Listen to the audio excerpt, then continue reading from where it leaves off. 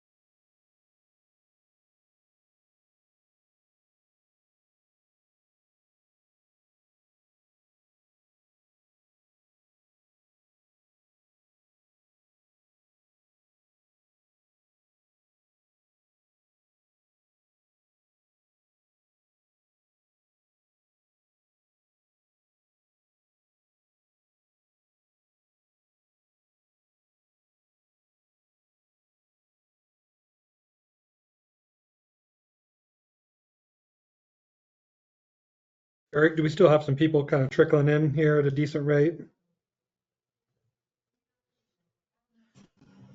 Now it's slowed down a bit, so we have a whole lot in here, so I think we're probably good to get going. All right. Well, thank you everyone for joining. Certainly a sincere thanks to our esteemed guests, Anna and Tiffany, today. Many of you are probably members of the Atom community. Hopefully, we've got a bunch of people who are not members of the community as well. But this represents kind of a deviation for us, as we have typically been very, very focused on kind of content, tactical driven denial approaches. And one of the things that Dr. Kendall Smith and I were talking about in the lead up to this is um, this feels nameless, it feels ambiguous from time to time. And certainly, as we build out this community for its members and with content driven by its members, one of the things we kind of heard is it would be good to every now and then connect back to our why. And so we've got a couple of really brave folks here who are going to talk about um, some of the worst times in their lives, and some of the hoops that they had to jump through. Um, Kendall and I were both pretty intimately involved in these two cases, as well as a resource of people behind us. So today we're going to hear about these stories. We'll certainly have some deliverables, and I think that in the drop down that hopefully you all see to your right. Maybe go to that next screen, Eric. There should be in the handouts section some of that content that you've been used to seeing from us, which is more tactical. We'll have some appeal templates that were used. We've genericized them a little bit, but were used to help Tiffany and Anna out, as well as some of the research that we used to support the arguments we were making. Real quickly, I want to invite everyone next week on May 28th. There will be a CEU-based webinar hosted by Rochelle Martin. I think she's attended some Adams stuff in the past. She's actually an advisory board member for us, and just a really smart cookie who's going to help kind of walk people through navigating that midnight rule and benchmark. So uh, please, please, please, if you haven't registered for that already, sign up for next week. Okay, I think you can stop sharing for now, Eric. I want to introduce Tiffany Ferguson and Anna Hokum. They have really, really graciously chosen to take some time with us today and be very, very vulnerable, and both are doing it out of the goodness of their hearts. I think with the hope that other people can learn from this experience.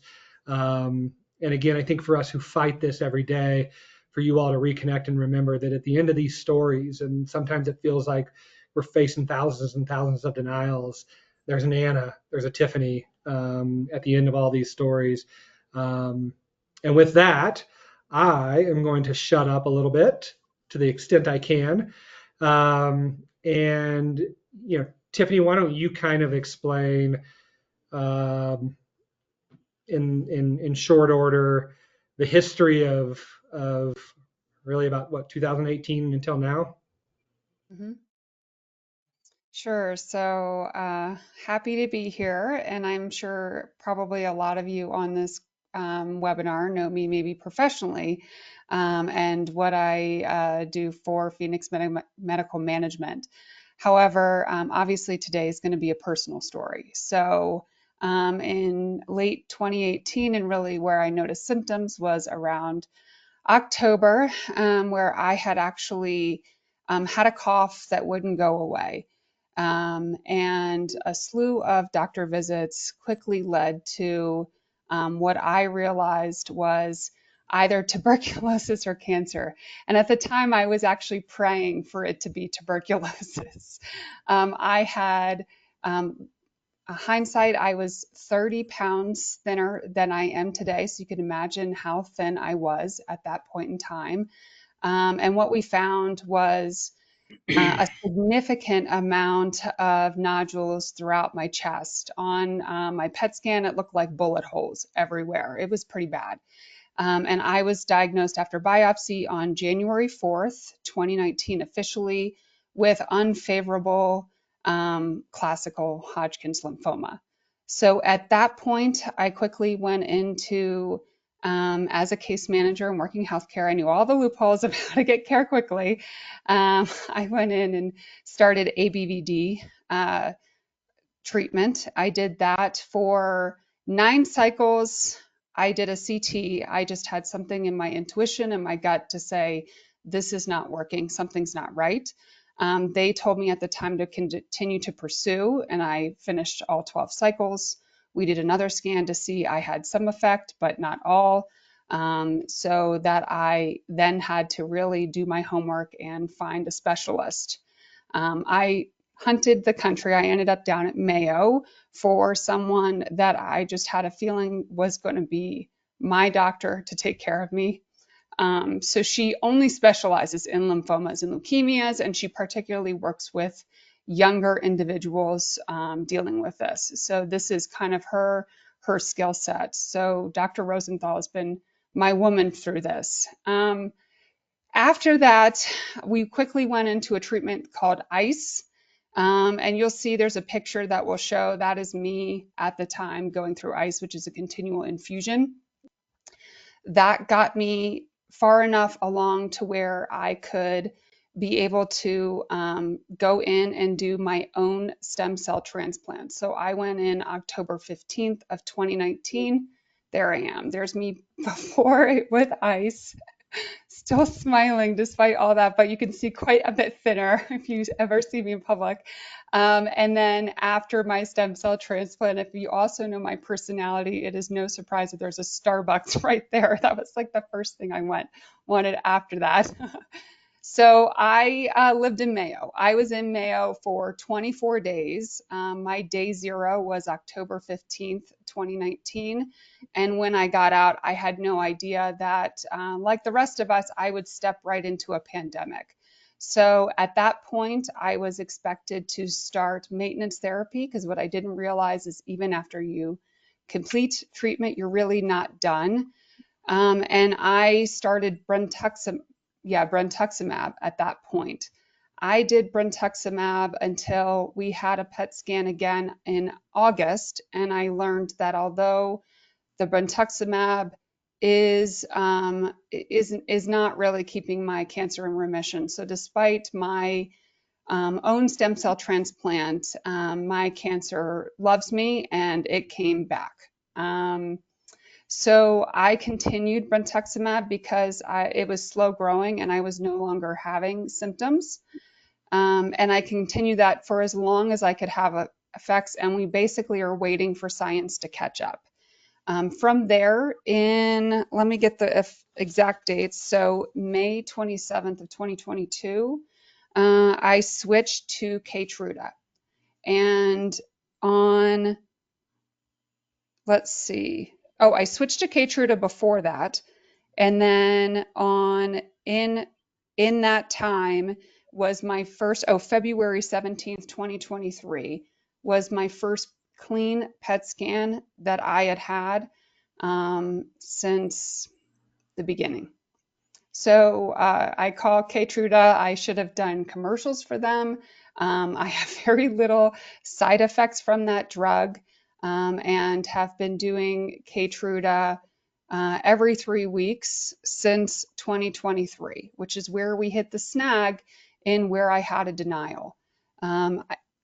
In that period of time, last February, I don't know if any of you all know, but I had I had a minor spot that came back, and I call it my plastic surgery, but I went in and got radiation to have that cancer removed in between my Keytruda treatment. So I think that's relevant during this as we learn about the denial that I went through of not being approved for continued treatment for my Keytruda. Thank you, Tiff. Anna, would you mind sharing your backstory as well? Yeah, of course. So I was diagnosed with Alpha-1 Antitrypsin Deficiency in 2024. I had some breathing difficulties for a couple of years and was just continuing to get worse and not really fitting into any specific criteria as for COPD and asthma. And my doctor pushed for some more blood tests and pulmonary function tests. And that's when they saw the deficiency in the alpha-1 enzyme. And it turns out that I have a very rare genetic mutation. I'm actually the first one to have it sequenced, that specific one, and I named it. And that's also relevant in the appeals process because that kind of really threw everyone off. But yeah, so in May of 2024, I started PA school, and I actually had to take a leave of absence because I was fighting the bureaucratic and financial struggles of trying to pay out of pocket for my medication and still get it covered by insurance.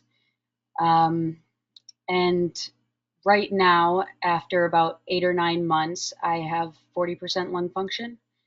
I'm on oxygen most of the time, but the oxygen has given me the ability to go places and lessen the brain fog, and it's a blessing. And we just got it approved, the enzyme replacement therapy.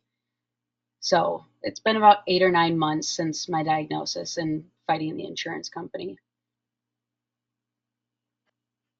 Yeah, this is just in the last really month or so that this one's finally gotten overturned.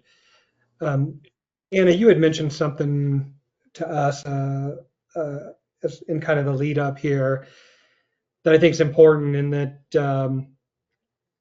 I was actually sharing this with one of Kendall and I's colleagues, and she was actually getting kind of emotional, but it is the truth, and I think it's something I've heard from both you and Tiffany, is that fighting insurance almost became as hard, if not harder, than fighting the disease.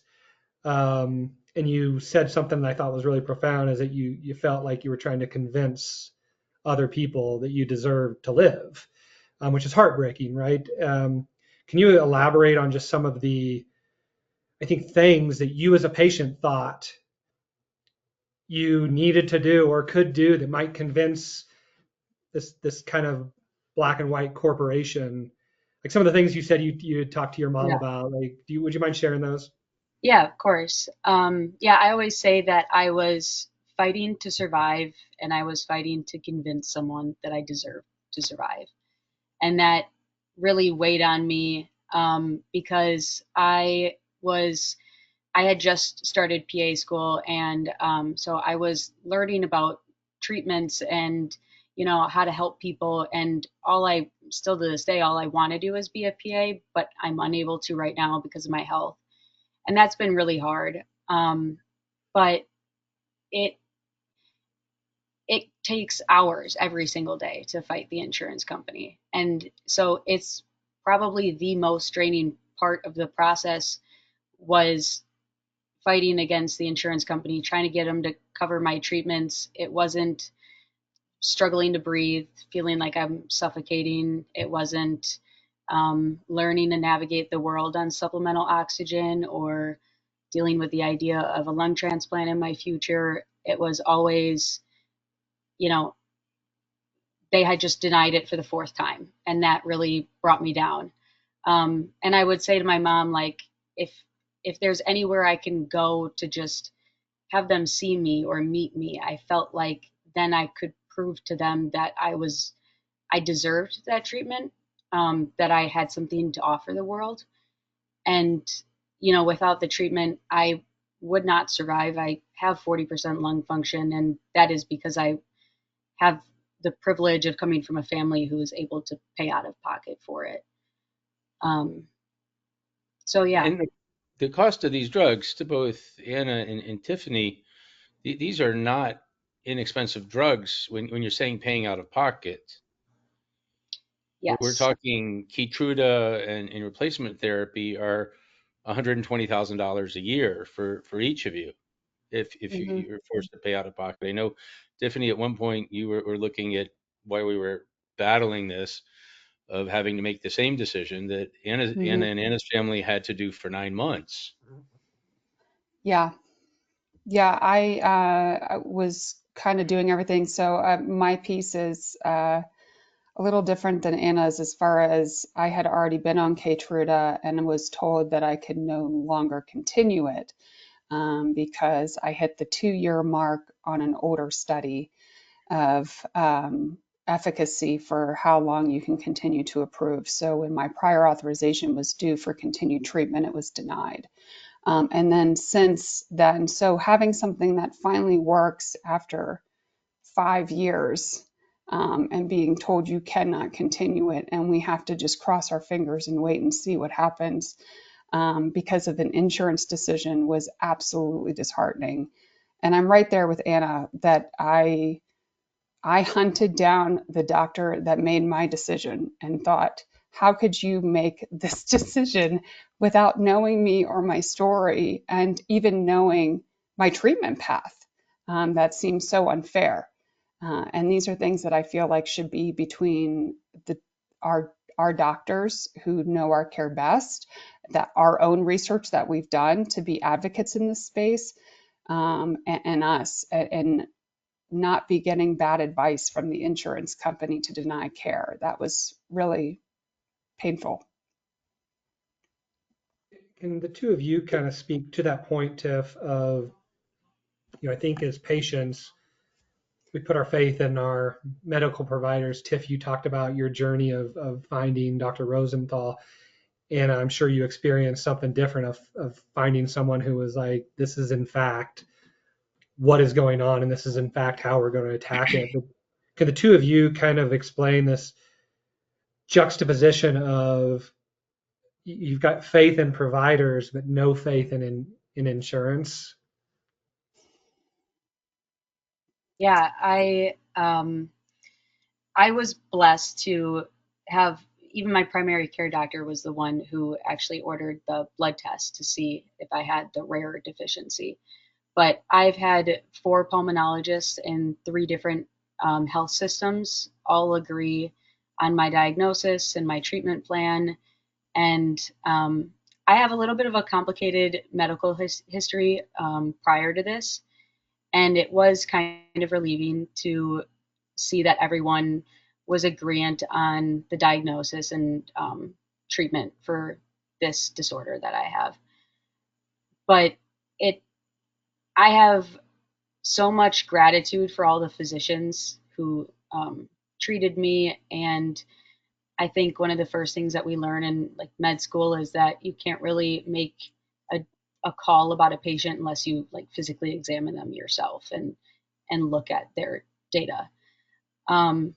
So it was, and it still is scary to me that the insurance company has this much pull in the system, that people who don't have a degree in it or don't actually see the patient, know their complicated medical history, what hasn't worked for them and what has, that they're able to make this judgment call. And yeah, there's no faith in the insurance companies. I think it's a gift to be able to put your life in someone's hands, your physician's hands, but then to have that third party come in and just interrupt it is crazy. So, Anna, in your case, you had multiple board certified doctors and specialists in agreement and a third party who decided they knew better. Crazy. Tiff, you had a board certified licensed hematology oncologist prescribing a treatment that had been working, and then what? Yeah, so just being told that I cannot continue it based on old research. And it's crazy. And I get it that I'm in uncharted territory. I have cancer that likes to stick around. And I am not a PEDS patient where this is most prevalent.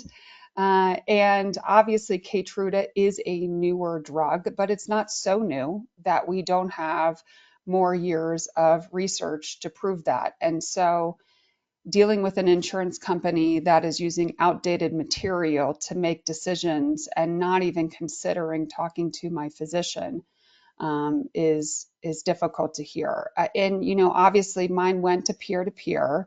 We lost during that peer-to-peer battle. And the thought was, well, why don't we take a break and just see how she does? And seeing how I do without that treatment, I know what happens there most likely. And honestly, that should be a decision between my physician and me. That should not be a decision of my health insurance to decide that. And in that case, knowing the next 2 treatments that I would have as an option, one being a very expensive drug, more than Keytruda, and the other being a donor stem cell transplant. So those are my 2 options at this point in this path. And so I don't know why stopping Keytruda would have been even a financially none of it makes sense. It's just so short-sighted in what it means for people's lives. And Anna made a great point of I have fought so hard to live this life and to be here and be intentional.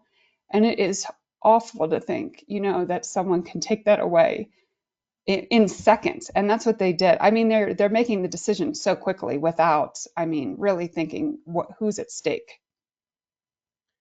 Yeah, I don't even think it's they. I think it's just an algorithm almost that, and then you get to a peer-to-peer, and I know we didn't get the outcome on that initial peer-to-peer. Kendall, I'd welcome your input here because, and for the audience, one of the things you'll see in the handouts is an example of the argument that we made on Tiff's behalf, including the supporting research that she is referencing. So in her particular case for the audience, Care First was citing a 2020 study indicating 2-year efficacy of the drug, which had been approved by the FDA in 2017. So why wouldn't you have anything more than a 2-year efficacy of a 3-year-old drug? Um, Part of our success was citing research from the American Society of Leukemia and Lymphoma that indicated 5+ year efficacy, which you can do once a drug becomes 5+ years old.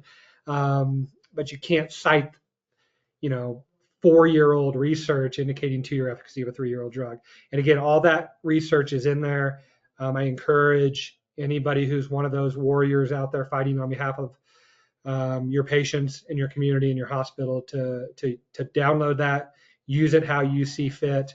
Kendall, anything you want to add? Because I know I was pretty intimately involved in Tiff's case, but you were far more involved in Anna's case. But I think your context from a clinician standpoint would certainly be welcome too. Well, there's, I think, some commonalities here, and let me, Anna, if I could just share where we are with the peer-to-peer process with you there. So we, um, on the basis of resubmission from a new physician of the same information that had previously been presented to United 9 months ago, while your family paid out of pocket appealing this, United did a 180 and approved therapy going forward, which still leaves a $90,000 bill to account for that they were obligated to. But I think that the commonality that we see, that I saw in being involved in both Tiffany and Anna's cases, was the insurance company playing fast and loose, or not even abiding by their own policy language, and the requirements placed upon them. So if you are going to play fast and loose with somebody's life, there need to be rules that need to be followed, and they need to be followed absolutely, not just when you feel like it.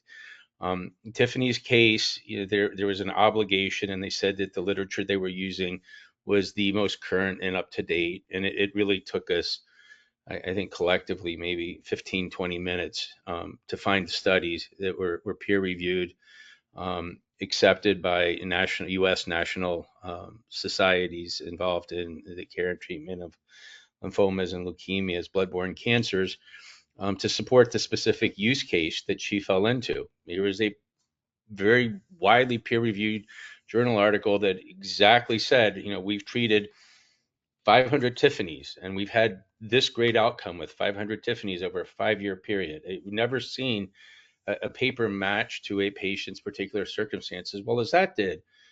They had an obligation to go out and consider that, and never put forth the effort. They shifted the burden onto you and your representatives to do that digging.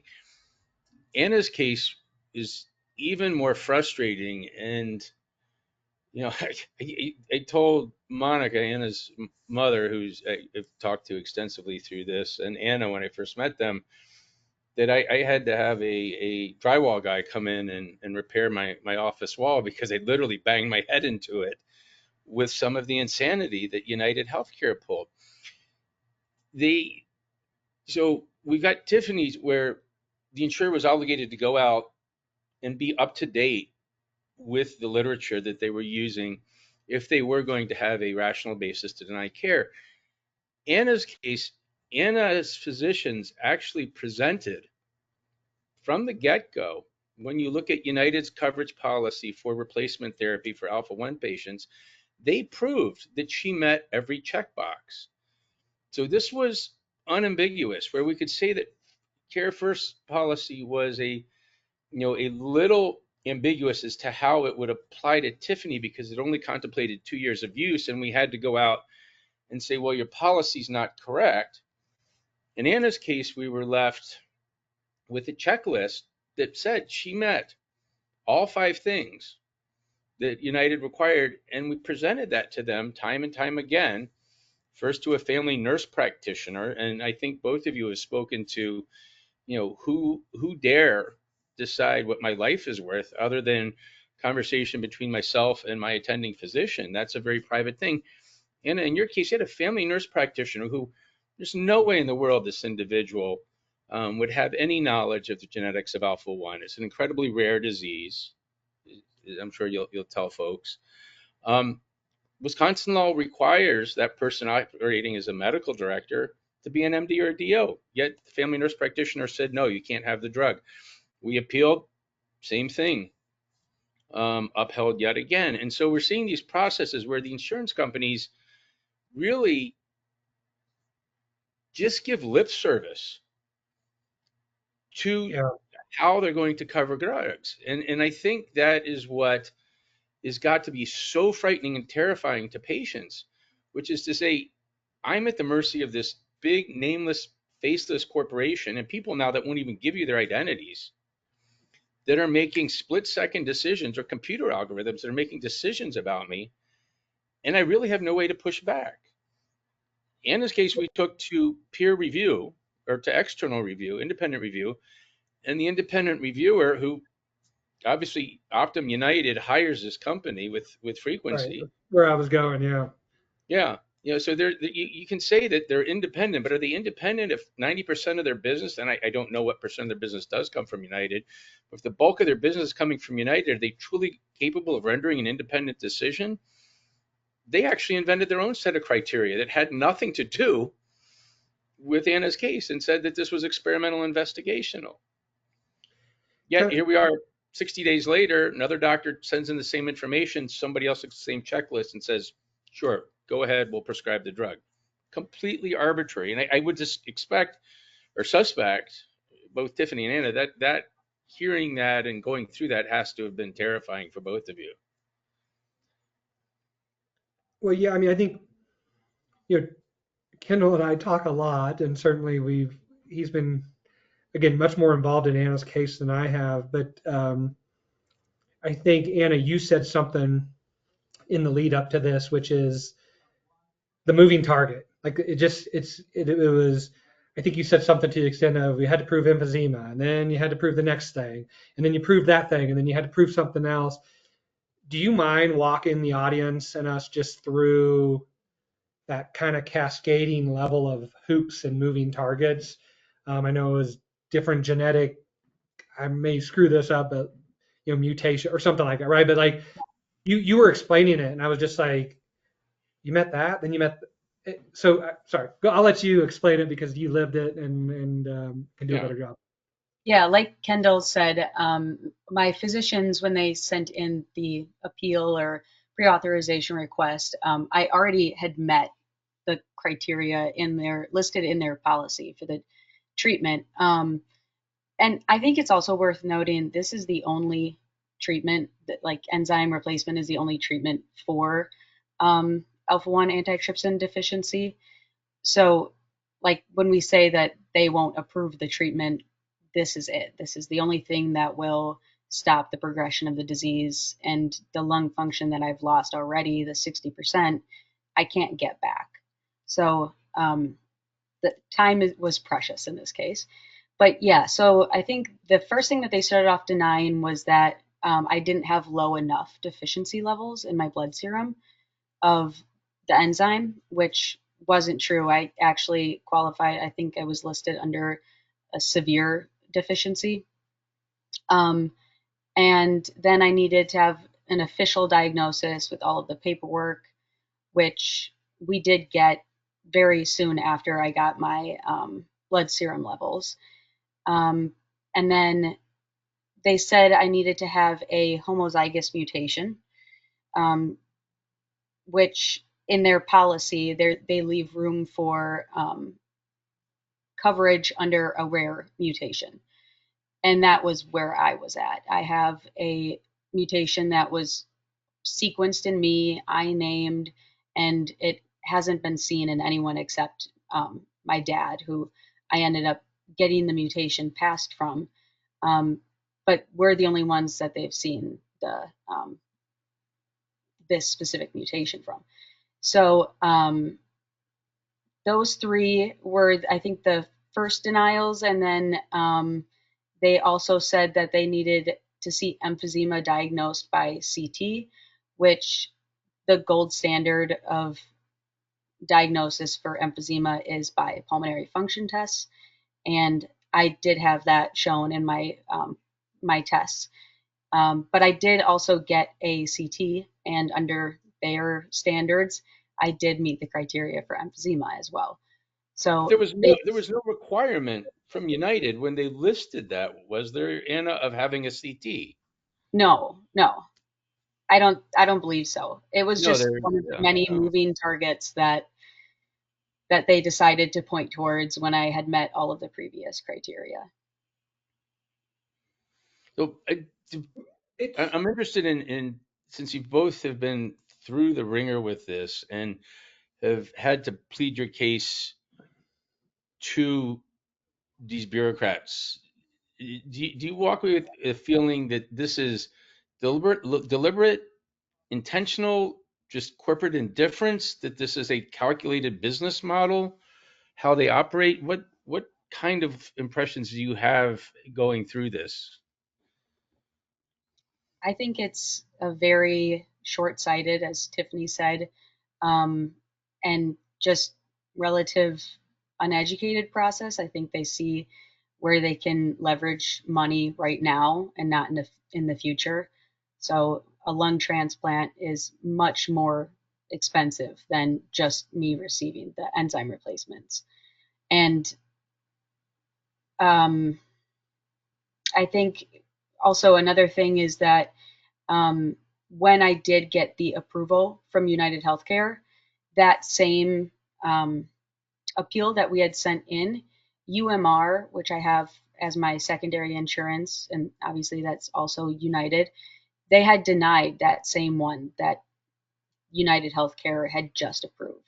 So it's more evidence to the arbitrary approval process. It just did not make any sense. And so, yeah,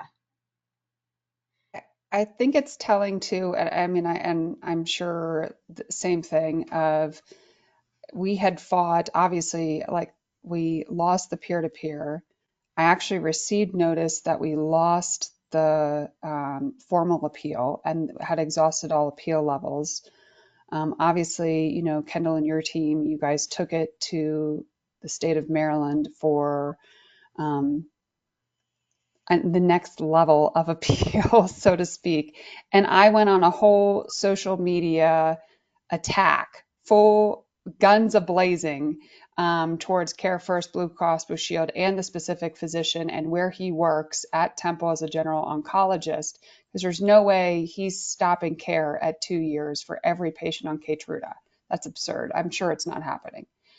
And what the response was that came back was they were going to approve treatment for me, but they would not make an institutional decision to approve treatment for others. And that tells you right there that there's some other game at play. And it was quiet me, which is fine.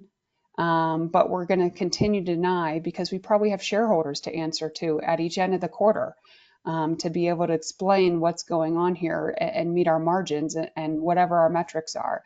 And that's telling us we're not talking about people. We're talking about numbers and we're talking about data.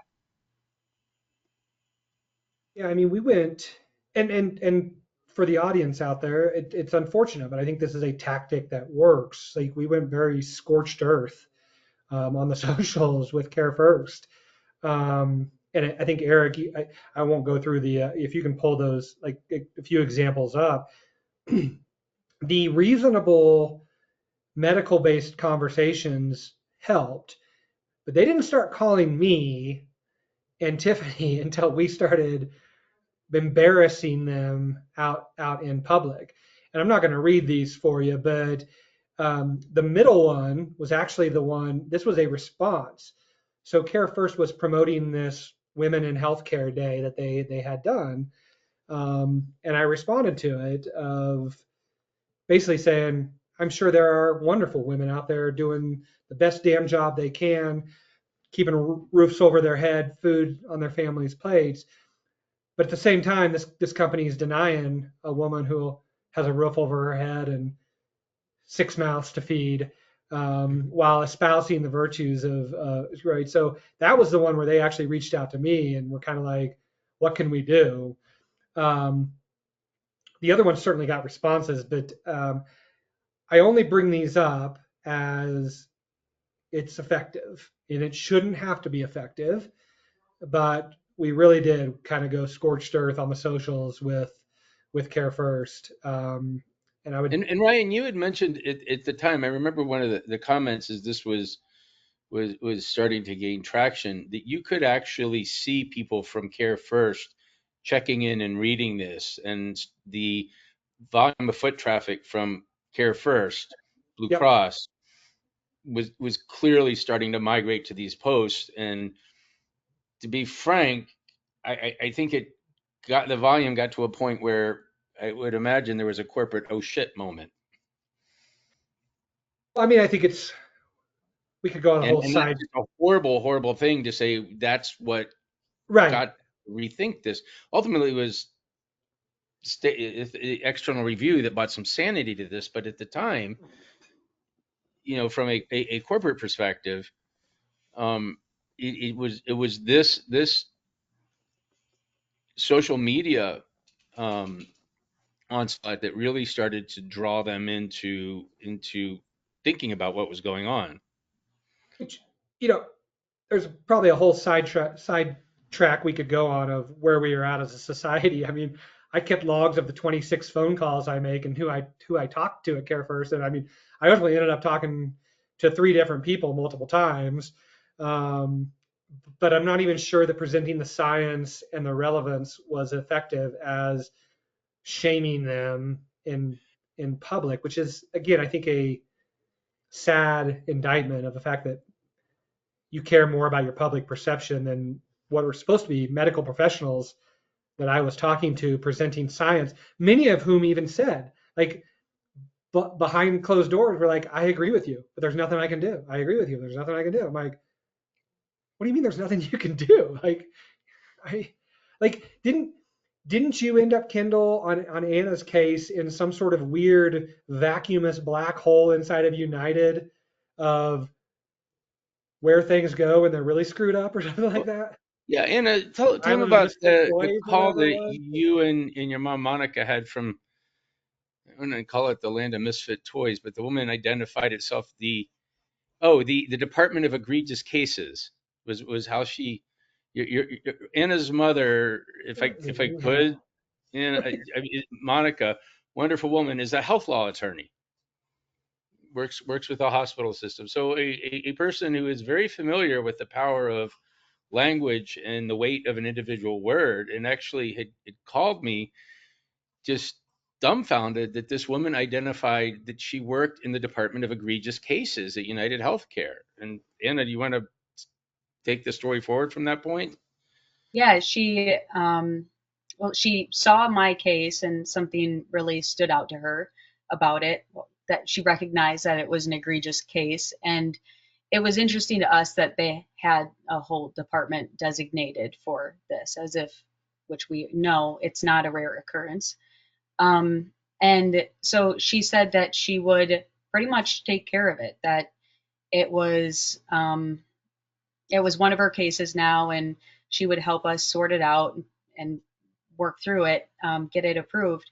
And ultimately, and I'm not exactly sure what part fell through, but she dropped the case. She did not help.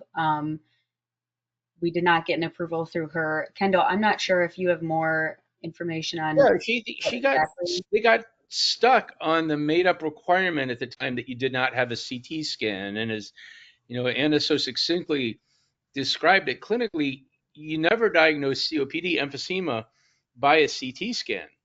You don't see it on a CT scan. You see it on a pulmonary function test, stress test for the lungs. And Anna unequivocally had stage 3 COPD, stage 4 being end stage COPD. And that was all that United required. But the Department of Egregious Cases, in saying we can't help you, stood fast that she didn't have a CT scan as the reason why. CT scan, X-ray, never mentioned anywhere in your policy, in United's coverage requirements, and what we'll talk about towards the end of this, the summary plan description, the master agreement between the employer who provided this care and United, who was acting as their third-party administrator, the TPA. So it was just baffling, and yet more feeling that you're dealing with something that I can only describe as insane. It was not rational. And that's what made it so frustrating, I think, with both of you. Yeah, you mentioned that Anna's mother's a healthcare attorney, and for all of you who are picking up how grounded and kind Anna is, she comes from good stock, so she comes by it naturally. But one of the things that I think exemplifies that is, and both Anna and Tiffany have said this to me in the lead up, is we come from privilege. We have access to resources and tools. Obviously, Tiffany through her network in healthcare, Anna through her mother and network in healthcare, as well as her background as studying to be a PA.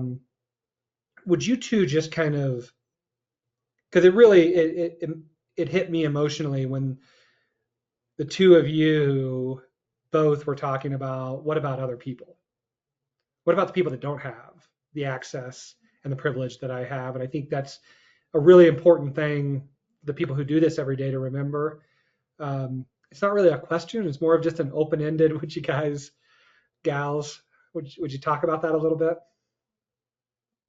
Yeah, I would say if I didn't have the network that I have and the privilege of being knowledgeable of basically a whole career of case management, which is find the loopholes and advocate in a broken healthcare system, that I would be I would not be here today. I would still be with my first oncologist, who didn't give me other treatment. I would be absolutely with denied care.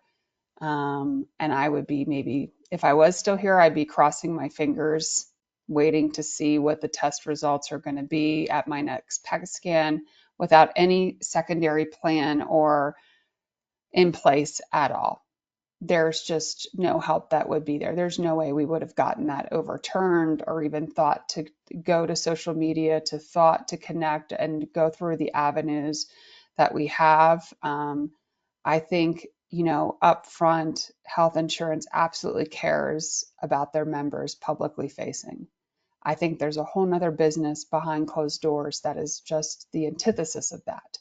And so if I can play to the member side, then I think we have to advocate for all members to think about that. And when we're working with our patients on denials, that it is the member avenue that gets way more return.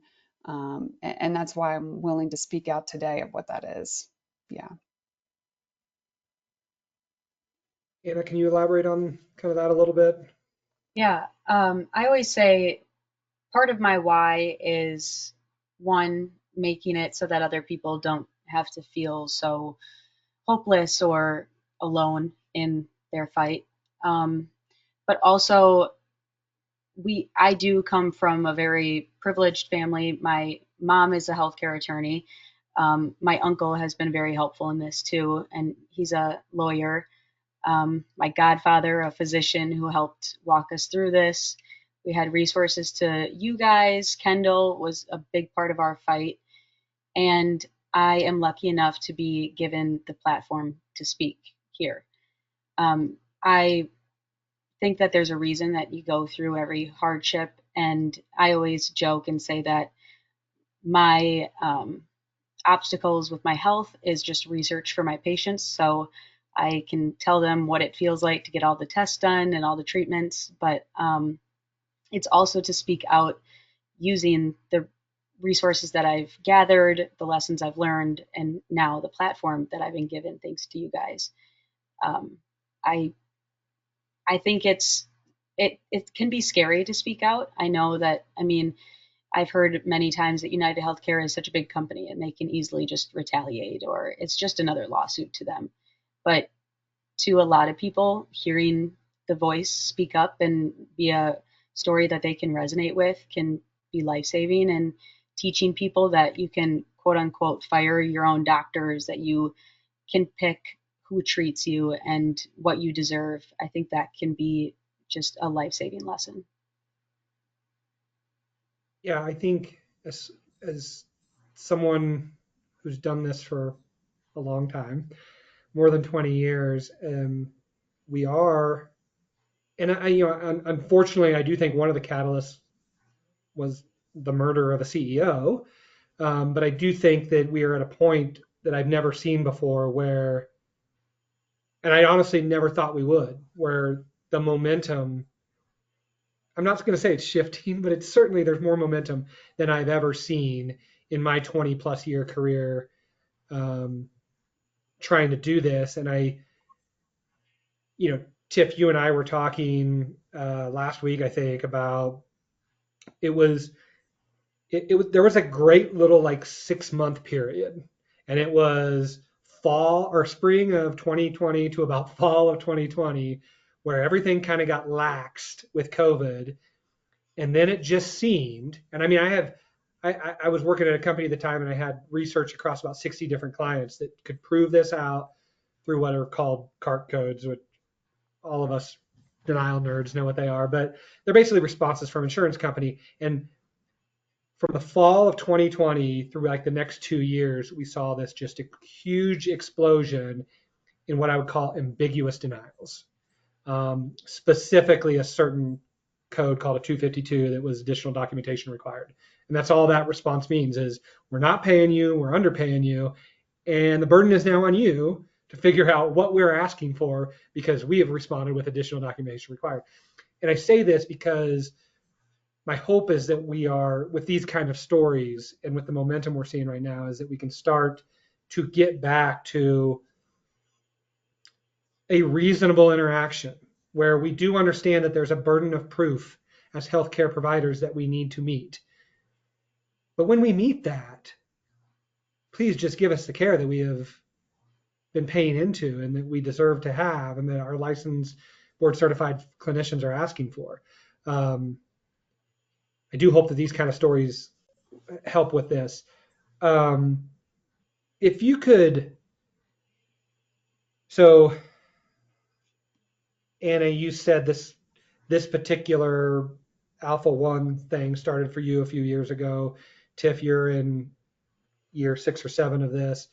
If you could go back to the beginning and tell yourself, your younger self, here's what you're going to need to be equipped to do. Here's the fight that's ahead of you. Like, what would you tell yourselves? It's a good question. That's a hard question.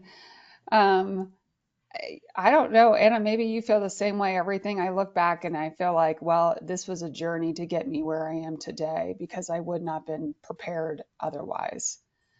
And that's both, authentically in my identity and how I am in my career and show up. I mean, those two actually are very aligned as I tell my personal story today. But I don't know. I mean, I don't think there's just this period of grief when you get a diagnosis that is so hard hitting and you don't understand why you don't fit in to the 80% of the population that has the same diagnosis for my case, and don't have to do any other treatment ever again. And let alone, why do we even have it? And then to go down a path to say, how do I still have a beautiful life that's functional and successful in spite of this or irregardless of this? And then come to a point to have an insurance company say what feels like you don't deserve it. And that's really hard to then say, I have to prove it to you that I do. And that seems ethically, morally unjust, right, in our world today. And it just, I think, epitomizes a broken system. And Anna and I are two people of millions out there today that are absolutely dealing with the same problem. Yeah, I could not agree more. I think just telling myself that, I luckily had a mother who relentlessly told me that we would get through it. We would continue to fight and that there had to be a way and that we would find it. And we did. But admittedly, after this diagnosis, it kind of fall into both, I think, just trying to adjust to the shock of getting a diagnosis, but also some depression that comes along with it, like the new life, because your life is never going to be the same afterwards. And I would just tell myself that, it's okay to feel that way. I think I've been diagnosed with 3 or 4 chronic illnesses, and this one just hit a lot harder um, because it is progressive and because of the fight against the insurance company. Um, so I think just sticking with it, but also, I mean, we had to learn about some of the stall tactics, the things that where the insurance company will not communicate properly, and they will send things only by mail because for some reason, even if you can sometimes find the materials online, they'll send it via mail because there's only a short window for the appeals process. And just, like a tip for someone else too is just be mindful of that, get involved, stay up to date with your case, which you shouldn't have to. You should be worrying about your next treatment and how it's affecting your body. Instead, we have to do that. But yeah, just keep fighting. It's a good segue into just some do's and don'ts that I know Dr. Smith had prepared for the audience. Um, Eric, would you mind pulling those up, and Kendall, if you run through those? And then for the audience, I don't know if there's any questions out there, if there's been any questions, Eric, but maybe after Kendall goes through this, um, So, depending on time and that, we'll try to answer a few questions. And if not, we'll certainly answer those and send them out to the group. sure. So in both Anna and Tiffany's cases, these were health insurance plans that had been either paid for by the employer, with the employee bearing a portion of the cost, the insurance company carrying the risk, or the employer carrying the full risk and using a third party administrator, a TPA, in Anna's case, United, to pay the claims and then bill the employer the amount that was due.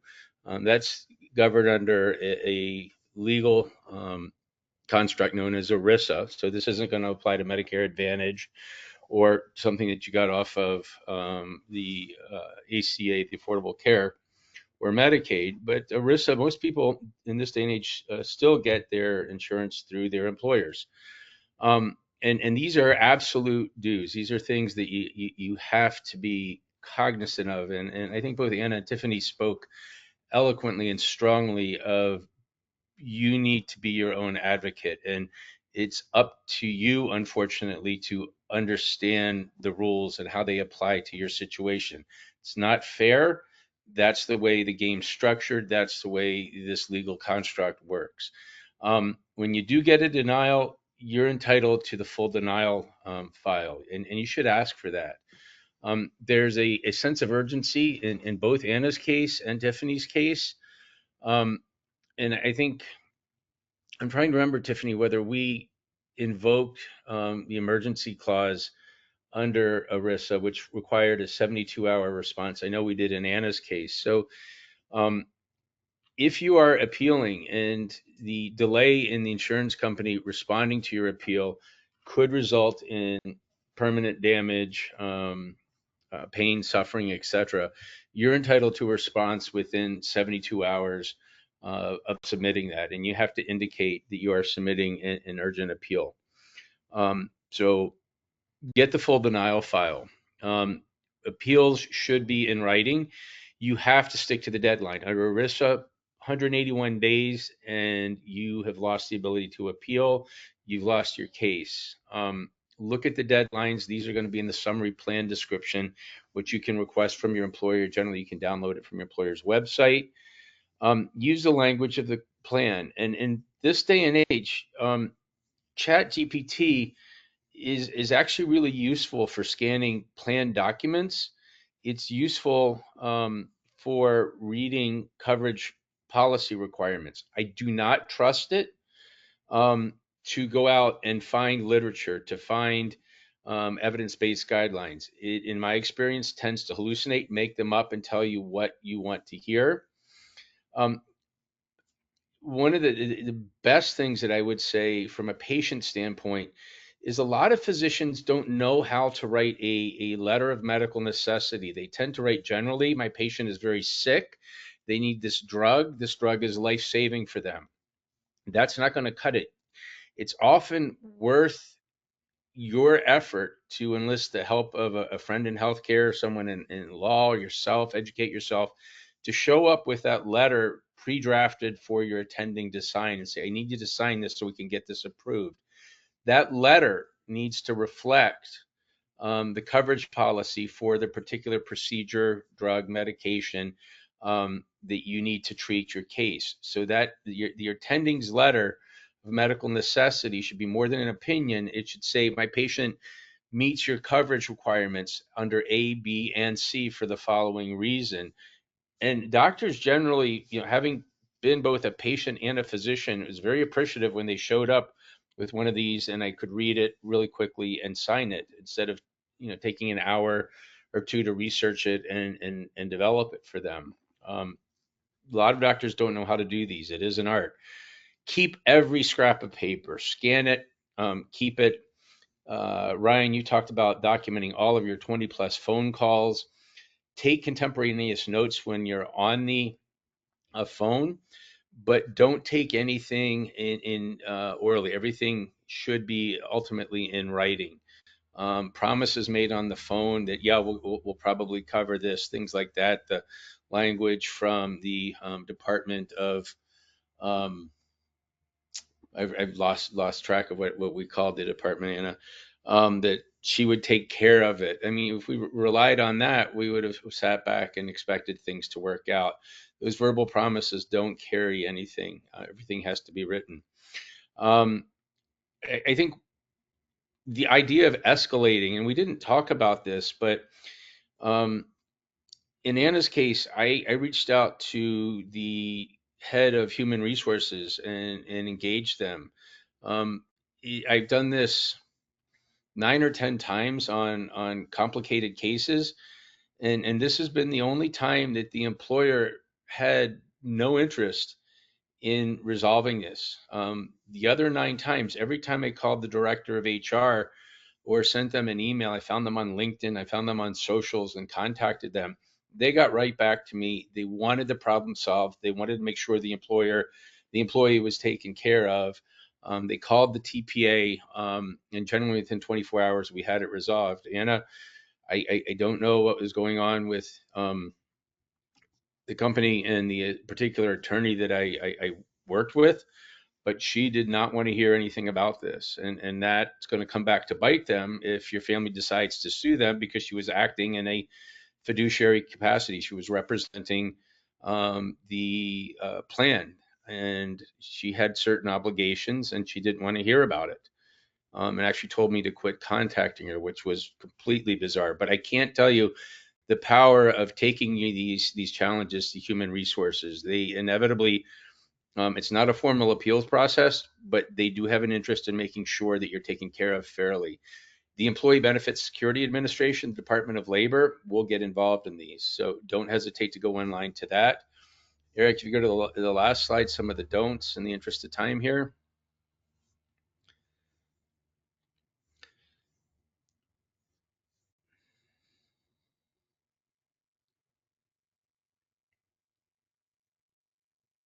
Eric, you want to move slides forward one? As I said, don't miss deadlines. I just missed that deadline. If you're one day late, um, you'll lose your appeal rights. The case will be dismissed. The courts are very unforgiving of anything filed late. Send things certified mail, registered return receipt. Phone calls alone, verbal promises, as we heard, are meaningless. As I said, with your doctor's opinion that this is medically necessary, and I've seen letters say that, my patient needs this drug. It's my opinion that it's the best treatment for them, and that's the extent of the argument. Will fall flat. You've got to have the doctor or help the doctor nurse practitioner, PA, write a letter that's based on policy arguments, based on the coverage guidelines. Like it or not, this is a contract.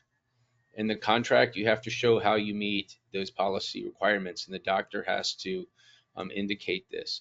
You can't skip internal appeals. So ERISA requires that you exhaust the plan's appeal processes before you bring a lawsuit.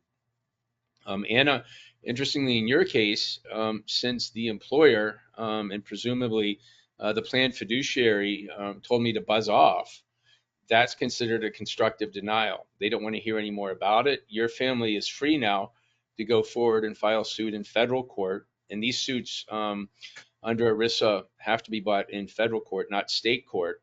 But you're free to sue the plan administrator, and in my opinion, the HR attorney who I believe was acting as a plan fiduciary in federal court.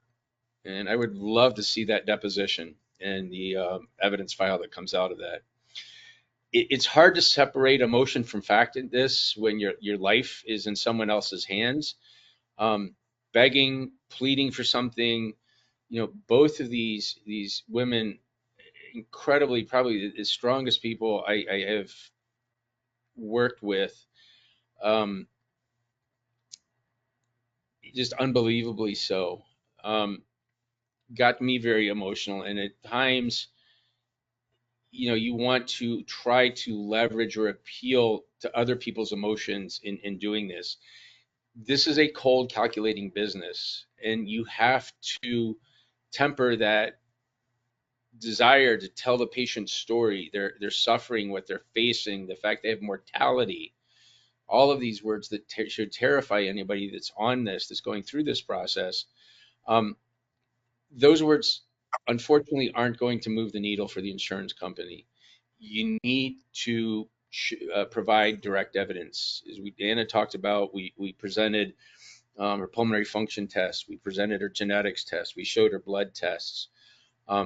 Tiffany, we submitted your entire medical file. And then finally, I think is both Anna and Tiffany are just completely demonstrative of this last point, is just don't give up. A lot of appeals, a lot of times I think the insurance company counts on you going away and giving up and folding up after the first denial, and they just will arbitrarily, in my opinion, deny things, knowing that a majority of patients don't appeal it. There's actually a article that came out about 2 years ago, said 98% of patients do not appeal their health insurance denials. 2% are appealed. Of the 2% appeal, approximately 50 to 60% ultimately prevail. So that in itself is a frightening statistic. People that give up after one denial really are in a bid situation, and the odds were ultimately going to be in their favor had they pushed on. Ryan, I'm turning over to you to wrap up and thank Tiffany and Anna profusely for their courage to come forward and share their stories with us today. Yeah, if we have a few more minutes, I know that there have been some questions. Eric, I'm having trouble getting them. It's asking me to download them instead of just be able to see them. That's fine. Can everybody hear me? Yep. Yeah, could you go back to the panel view, Eric? What's that? Could you go back to the panel view, please? I thought I did. Oh, I did. Yeah, there we go. Thank you. Okay. Yeah, we do have a couple questions here, so I'll run through some of them. I know we have a few minutes. Again, like Ryan shared at the beginning, we'll certainly send out answers to everybody afterwards if we can't get them through all of them. Question one here: did you directly address your appeals to the fiduciary, or were all the correspondences between Anna and Tiffany and the TPA? In Anna's case, we went to the TPA and simultaneously went to HR, who was the plan fiduciary. So we engaged both. In Tiffany's case, the insurance plan, since the insurance company was providing that, we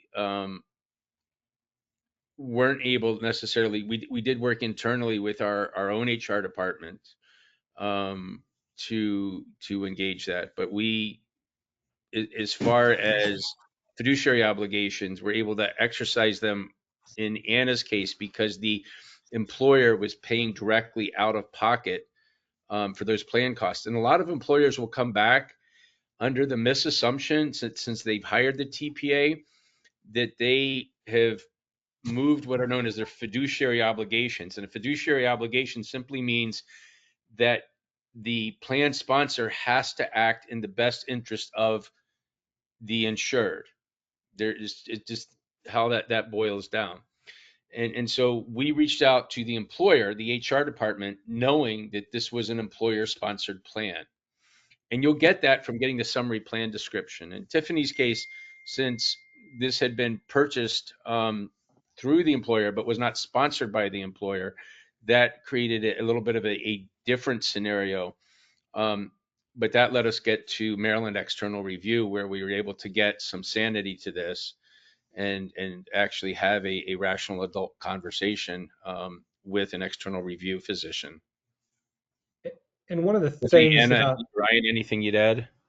yeah, one of the things about TIFs that was, kind of, I guess, not even unique, but it tells you about the incestuous nature of healthcare is, we were dealing with Blue Cross on the health insurance side, but Aetna, CVS on the drug side. So Care First uses a direct competitor of theirs in terms of the administration of their pharmaceuticals. And both were playing the point game, right? Well, we would love to, but CVS needs to approve. And CVS is like, oh, this is a decision of your insurance provider. So we had to kind of attack that at both angles. And that's real, honestly, where a lot of the public shaming, unfortunately gathered momentum. But I think it just tells you of how, again, incestuous healthcare can be. I mean, we know that United Healthcare isn't just United Healthcare. It's Optum, it's EHR, it's three other major companies that change, that have their tentacles in healthcare somewhere. So um, the moral of that, I would say, is you got to find the right angle of attack, and then you got to find the right weapon of attack. And yeah, I think Anna really summarized the insanity here, which was with her latest approval, the same insurance company under a different plan. So since Right. you're under 26, you're able to be insured by your parents' health plan. Your mom has purchased a policy through her employer. Your father has a policy through his employer. Both of those it turns out are administered by the same company, United Healthcare, United Medical Resources. UMR is the parent company for all of them. Each plan reached a contrary decision using the same coverage criteria at the end, from one saying we'll approve it, the other one saying we'll deny it. It's the same insurance company. I mean, this is the level of insanity that we are dealing with today. And so that gives you an idea as to what you're up against. What did you feel like when you got that simultaneous yes and no back in? I never asked you about that. I laughed at first because I think you have to laugh a little bit, but it's also just speechless. I would love to ask them and kind of press them on it and say that it was appeal or it was passed. So why would they deny it? Also, it just leaves me a little scared because in 48 weeks or less now, we have to make sure it gets approved again. And it is easier once it's been approved once, obviously, but there's no logic to it. So there's no guarantee that it will be. So yeah, it can be a little worrisome as well. And that's got to be, imagine, just an underlying source of anxiety for both of you or anyone living with a chronic illness, relying on, you get these approvals back. We'll approve your therapy for 12 months or 24 months. And you get to month 10 and you start to think, or you get to month 20, 22, and you start to think, oh God, I have to do this again. that it seems to forever hang over things, and I've experienced it. It's just it's unfortunate this is the way our health care system works. Yeah, I think I'd enjoy 22 months. It's every 6, resubmit. So, and cross Wow. your fingers and wait for the letter. And it's entirely dictated on PET scan results that I do every 6 months. So,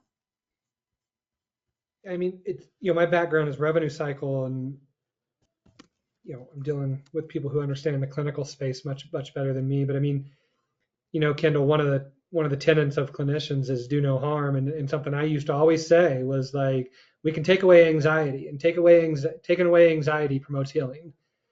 And if we really want to live by this do no harm, then putting people in an anxious situation while they're healing about how the hell they're going to pay for it is,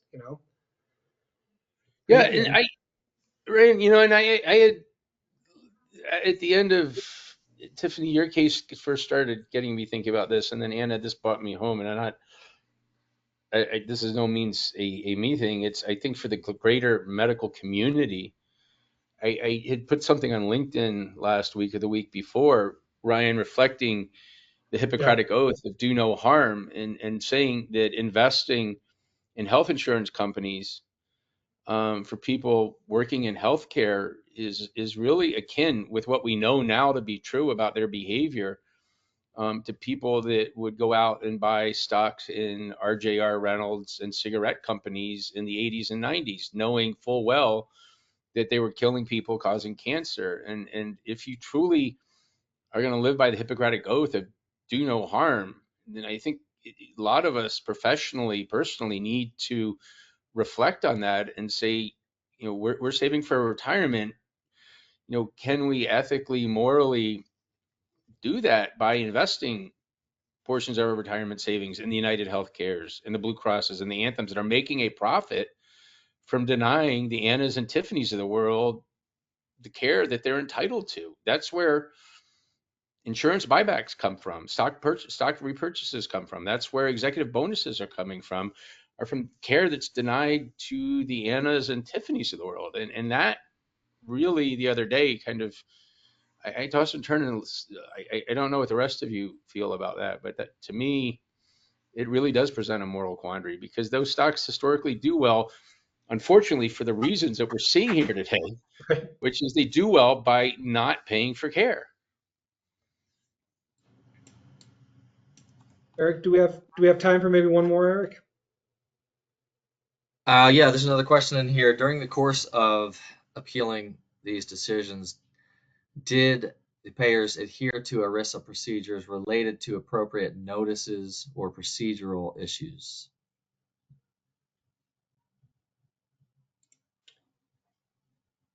Yeah, I mean, I think they adhered to in the timelines, but I would say they didn't adhere to their own policies. you know, They did exactly what Ryan said. So adhering to ERISA is more than just 30, 60, 180 days. It's adhering to the summary plan description, the set of rules by which the policy is set forward. And in neither case did the insurer here follow, in my opinion, those rules. So those were violations of ERISA. They ERISA was meant to simplify insurance so that the average person um, didn't get lost in this complete labyrinth of regulations, appeals, and not knowing what to do. It's done just the opposite. But in both cases, Care First and United Optum, um, Optum especially by inventing um, coverage requirements that didn't exist and then denying it on that basis and upholding on that basis, that's about the most flagrant violation I've seen. Tiffany, yours was a violation as well. They had an obligation to be up to date and current on the medical literature. And it was up to you to find an article to, drive home the point that, guys, there's a study out here that perfectly fits who I am, what I'm going through, my experience, and you've given it zero consideration. that shouldn't be your obligation to go on that hunt in the midst of a life-challenging, life-changing illness. I mean, they have an obligation to do that, and they fail. And these insurance companies fail all of the time to do it because it's convenient. Well, we're getting down to the end of time, but I certainly, if there's anything else, this was made by Tiffany and Anna, and if there's any final words that the two of you have before I close up shop here, I think the audience would much rather hear from the two of you in closing Yeah. than from me. For me, I would like to say thank you for giving me the platform to speak, and for everyone who joined in, who's learning or looking to learn. And I think it is a long process, but there is hope in it, especially everyone tuning in and for what you guys do. I see improvements being made or room for improvements, and I try to be optimistic about that. So. Yeah, and I would just say thank you and thank you to Anna. It's just been a gift hearing you and hearing your story. And thank you for this. This was not easy for me. Sometimes it's easier to write than to come on and verbalize and tell my story. This way is a little bit harder. So thank you all, and hopefully this is something that will help you. Yeah. Well, thank you both. I can't thank you enough for your vulnerability, your courage, telling the story. And I'm going to end on something. I wrote down a bunch of notes, but Anna said something that I think is great to leave us on. She said, time is precious. And as we're fighting these, remember, for our patients, time is precious. It could be the difference between access to life-saving treatment and not. And that's what I'm going to end on. Time is precious, everyone. Enjoy every minute you got. Thank you for your time today, because I know that's all we have. And we'll get to any questions we didn't answer. Thank you, everyone.